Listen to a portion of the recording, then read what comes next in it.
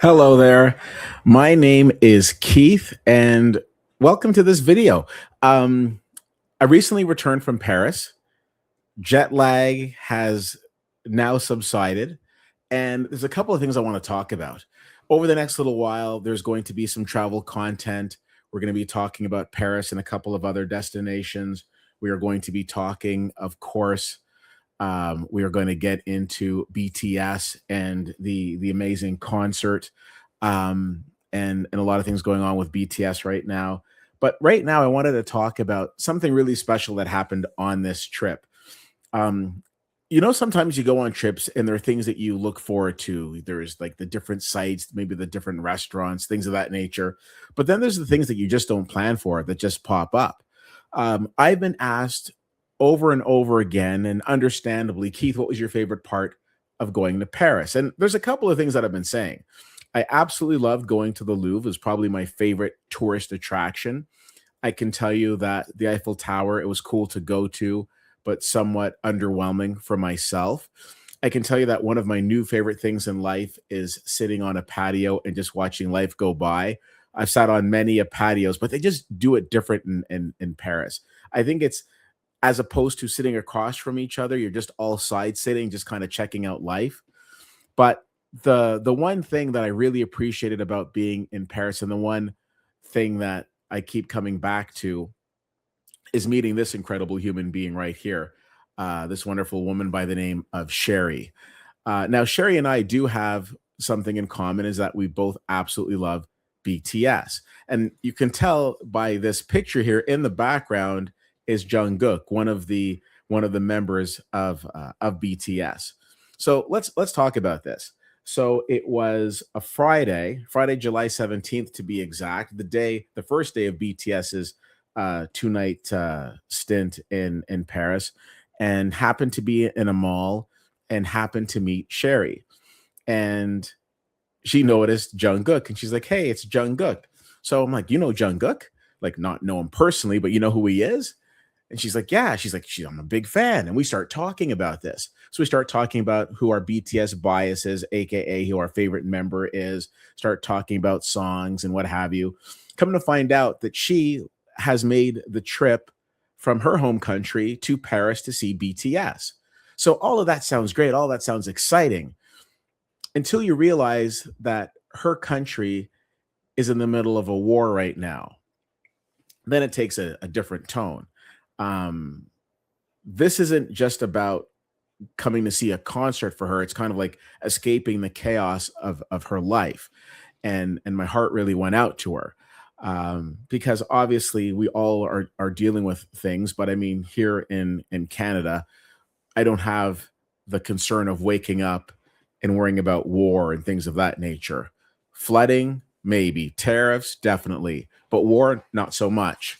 So we're having this chat, and it's one of those things where I'm thinking to myself, God put us there in that mall at that exact location for a reason. So we're talking and we're getting along, and one of the things that I will say is that what I treasure most in life are the connections that I meet with people. Whether they're connections that last a short time or whether they're connections that last a long time. When I go back and I think about my trips over the last few years, the things that I take away from it the most, the moments, the memories, are these interactions, because you can't plan on them; they just happen. And leading into Paris, there's a lot of talk about pickpockets and scams and things of that nature. And you kind of have your guard up, right?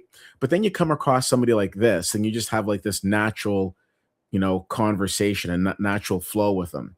So through the course of talking to Sheri, I realized that she was not doing what a lot of people are doing when they go to BTS shows, which is getting ready to attack the merch table. It just wasn't in the finances for her.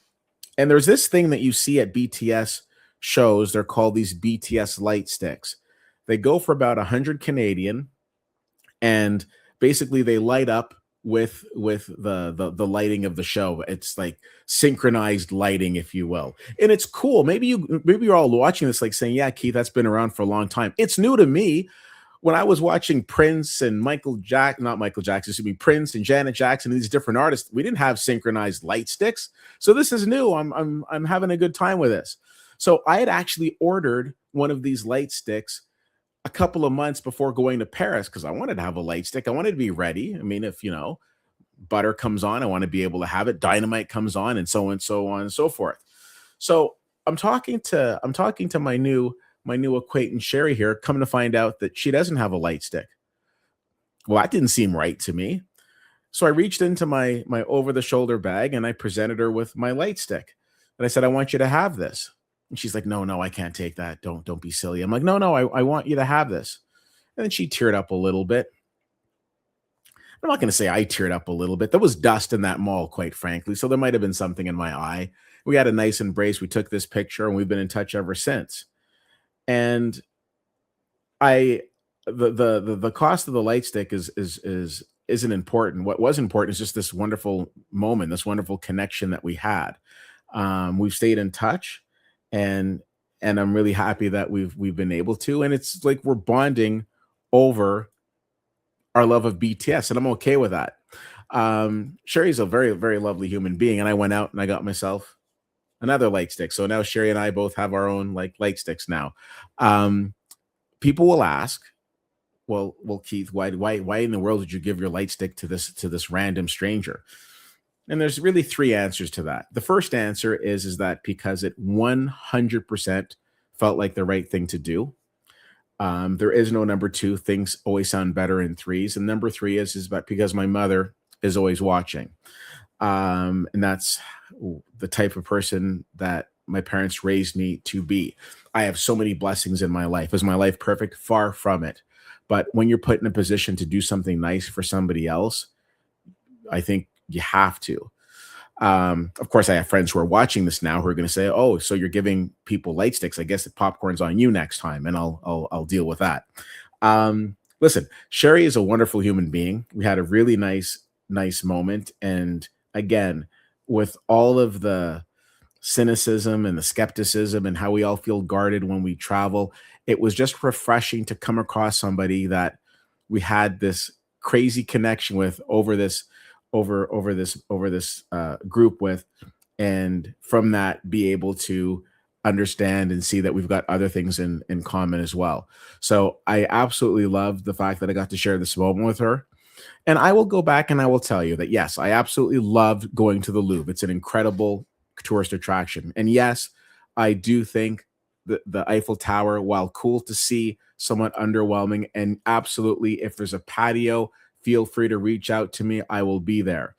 But if you're looking for one of the most touching moments that has stayed with me from my trip to Paris, I am going to tell you about the incredible woman that I met named Sheri, who came in and just warmed my heart and had just this wonderful, wonderful moment with her. And it was incredible. I was happy for it and I wanted to come and share it with you. So, like I said, other things are going to be dropping over the next little while. We got a lot to chat about, and I'm feeling pretty chatty, so buckle up. Thanks for checking this out. Of course, my name is Keith, and we'll chat with you soon. Bye.